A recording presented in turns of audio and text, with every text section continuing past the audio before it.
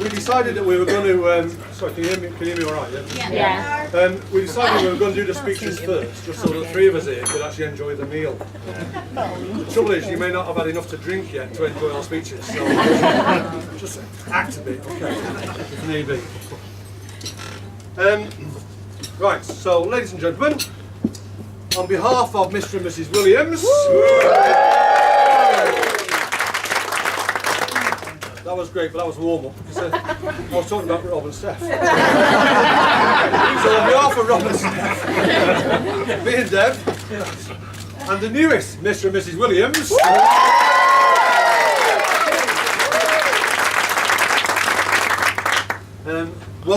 Welcome to our celebration of our daughter's wedding. To Tim, welcome to the family officially. I know you've been part of it for a long time, but now it's official and. Very well. I know many of you have come a long way. Many of you come from the south of England, and thank you for doing that. Because it's important to Chloe and Tim that they had close friends and close family, and that was what we set out to achieve, and it's clearly done. And in fact, somebody said to me outside, it's just great to see so many young people, and the vicar said at the church as well, great to see so many young people, friends, real vibrant atmosphere with family and close friends. Chloe's eldest brother, Rob, he lives in Canada, and he had planned to come over here. In fact, it was all set, but unfortunately for him, he got a new job. But unfortunately, they wouldn't release him because it was a starting job this last week. So he's on the initial training program and wasn't given grant annual leave. So he sends his best wishes to you both and love, especially to you, Chloe. Canada, you know what I mean? Big beards.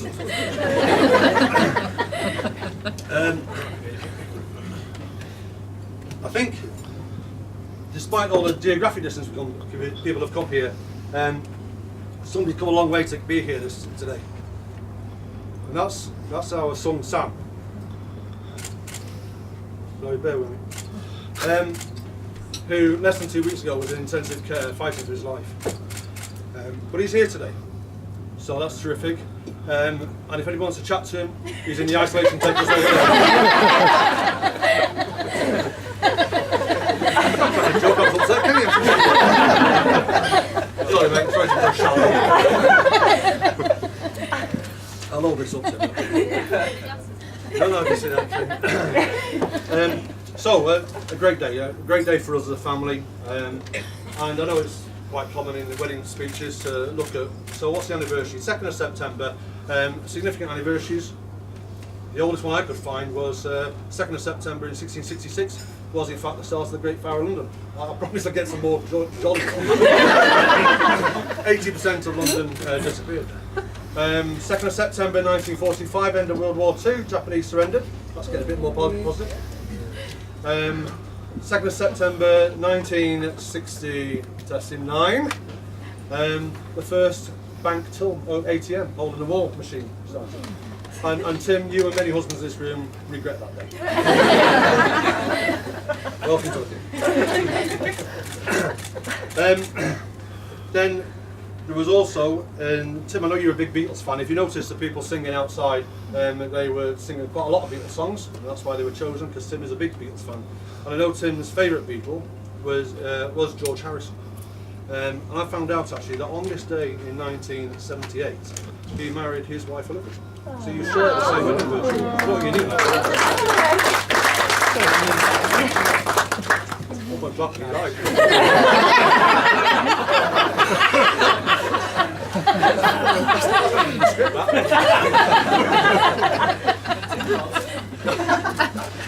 And on this day in 1967, 50 years ago today, Debbie's brother Peter married Sheila, and they're sat over there, postponed their own golden wedding anniversary celebrations to be here today, and we're going to celebrate that in the future. But meanwhile, congratulations.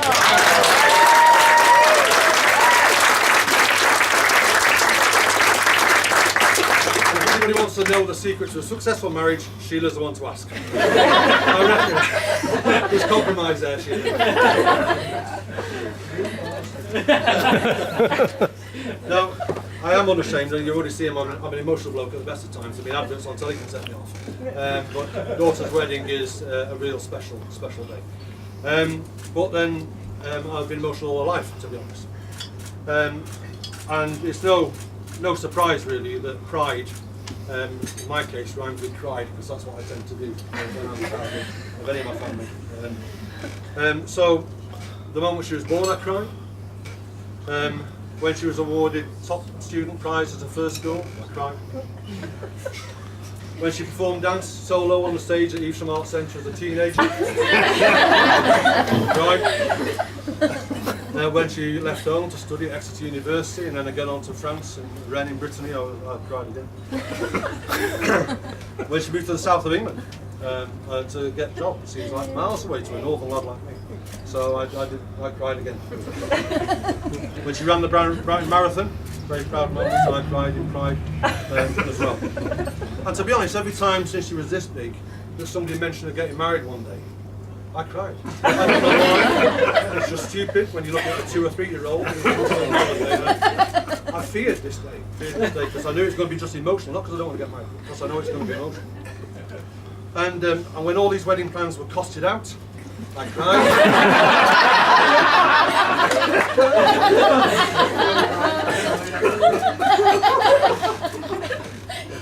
And then when I saw her looking so beautiful, she just said, you know the rest. Jack, my son here, he drove us in my classic car, although I was older than so. And drove us here today, and it's like every father and daughter on the wedding day, it's a very proud and special moment. And we sat there and quietly most of the time, apart from shouting instructions to Jack now and again. She did very well. Sat there quietly and I'm thinking she looks absolutely beautiful. But then I always did love that car.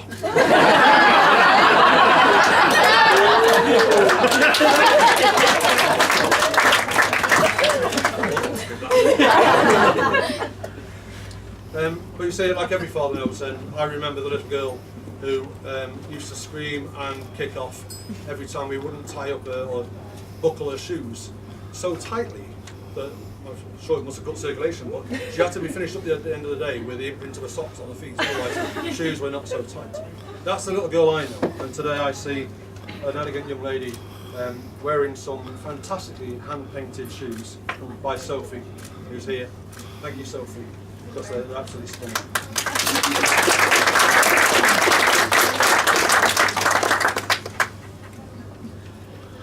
You do look absolutely beautiful, and I was gobsmacked when I saw the dress, particularly you're wearing, and the way you look today. It's touching. And in fact, Chloe's a bit of a Rod Stewart fan as well. Similar Beatles, Chloe Rod Stewart. It's actually a bit old, isn't it? A bit of a Rod Stewart fan. And I also, in my research, found out that the 2nd of September 1974 was the day that Rod Stewart actually had his first #1 in the UK. It was called You Wear It Well. Seriously? Oh, that's lovely. And you did.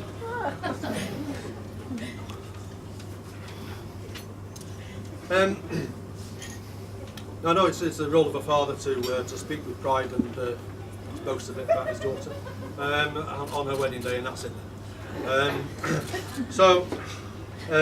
When Chloe wasn't quite 2 when Sam and Jack were born, so essentially she had like a live baby doll to play with. So she was a great help from being so little doing that role. And it was apparent even at a young age that she got a real zest for life. So Chloe never says no to any opportunity given half a chance. If it's something new, something exciting, something she thinks that she could have a go at and probably achieve, then Chloe will probably go for it and do it. We want to catch up where I am too.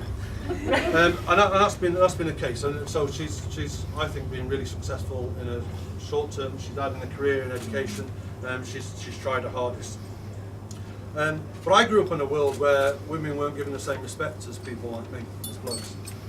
And then since she was little, I've always told her and tried to instill in her that no man is better than you. That you should make sure that you can always provide for yourself throughout your life and achieve everything you can throughout your life. And don't be reliant on any one man. Because I think that's just important that you set out to strive and achieve. And she's always done that.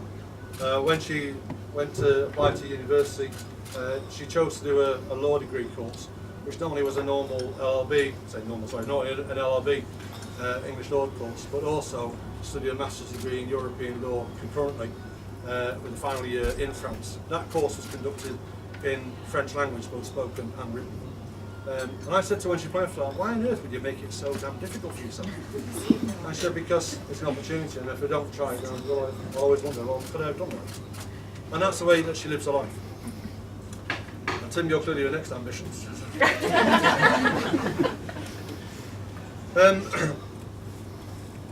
Now, I know that I'm not the only bloke in this room that's really proud of Chloe, and to be fair, if anybody else other than Tim cries out now, then it's a bit awkward. But me and Tim, we think very highly of her. But I can remember the day that Chloe told me that she got a new boyfriend. We stood in our kitchen. I was trying to act indifferently, as there was usually conversation between daughter and mother. And I was pointless on telly because it all seemed that at the time. And so then she said, I've got a new boyfriend, Dad. He went something like this. I said, oh yeah. What's he called? Tim. Very nice. Where's he from? Pershore. How old is he? 26. What? Now Chloe was just 20. Now I still see 20 as being like 14. So, what? 26? Where the hell's he been all his life?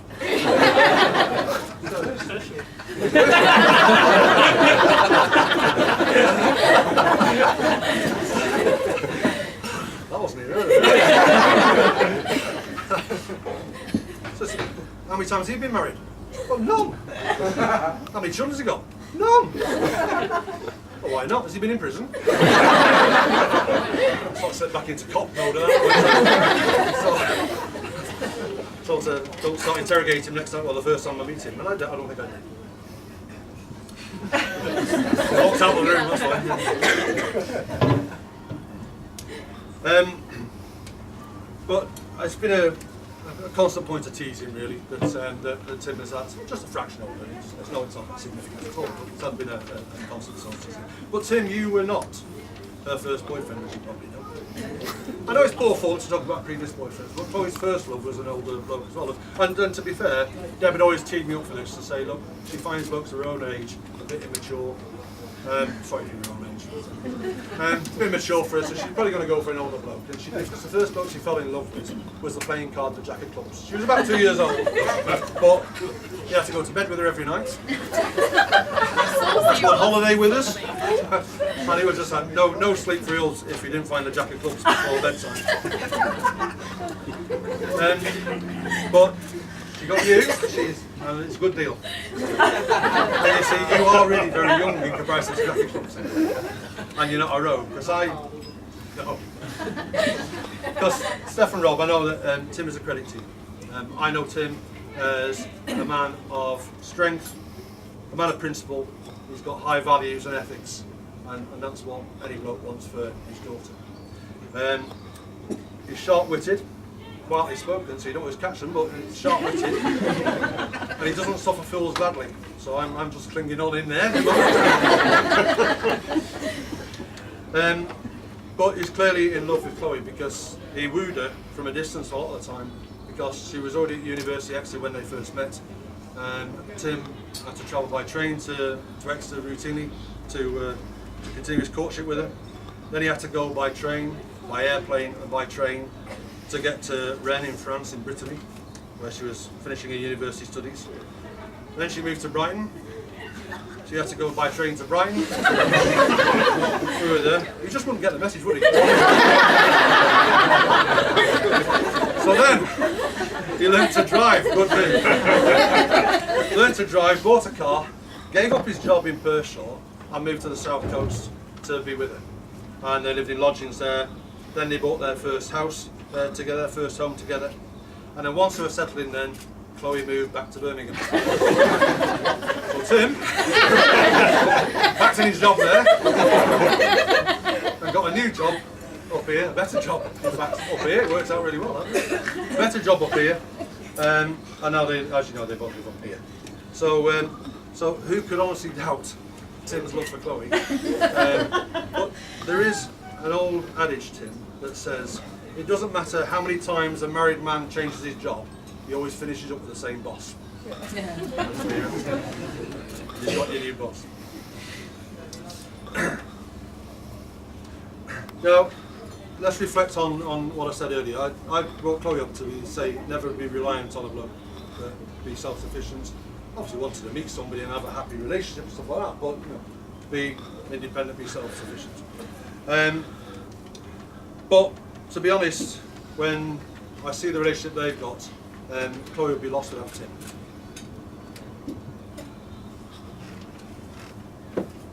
I know Tim is Chloe's strength because she's told me that. She relies on him heavily because she does live life to the full. And Chloe's in danger of burning out a lot of the time, and she needs Tim to just be there and be strong for her and stuff like that. I know that he loves her dearly, he protects her preciously, and that's good as well. And more importantly, more than anything else, he is a dose of common sense. So that he's bold enough, and always has been, when she's come with another daft idea what they're going to do, that Tim is sensible enough to say, Chloe, no. And that will stand you in good stead from my limited experience. So I also know that when the bridesmaids, in preparation for the hen party, asked him a question to say, can you describe Chloe in 3 words? It was a hen party game they were going to play. And he replied, she's loud, she's funny, and she's inspiring. What more would anybody want from a husband? And what more would a mum and dad want as a future son-in-law? It's customary for the father of the bride to offer some advice for successful marriage. Not the sort of advice I received from an old sergeant when I was in the police force. And he said to me, Sonny, I've been married for over 30 years. I'll give you some good advice for your marriage to be successful. Tell them nothing. Thanks, Sarge. Nothing on his pipe, he wondered. And only done his best by me. Well, I've also been married for over 30 years. And I've got some advice that I looked up as well. I did the research and I found a couple of quotes, and they're really apt. So some advice for you, Tim. Whenever you're in the wrong, admit it. Whenever you're in the right, shut up. And to both of you, something more serious. Success in marriage is more than finding the right person. It's about being the right person. I'll show you both working. Ladies and gentlemen, I'm going to move to proposing a toast. So if you would, raise your glasses please. I wish you fun and excitement for today, hope and dreams for tomorrow, and love and happiness forever. May you both grow old on one pillow. Chloe and Tim.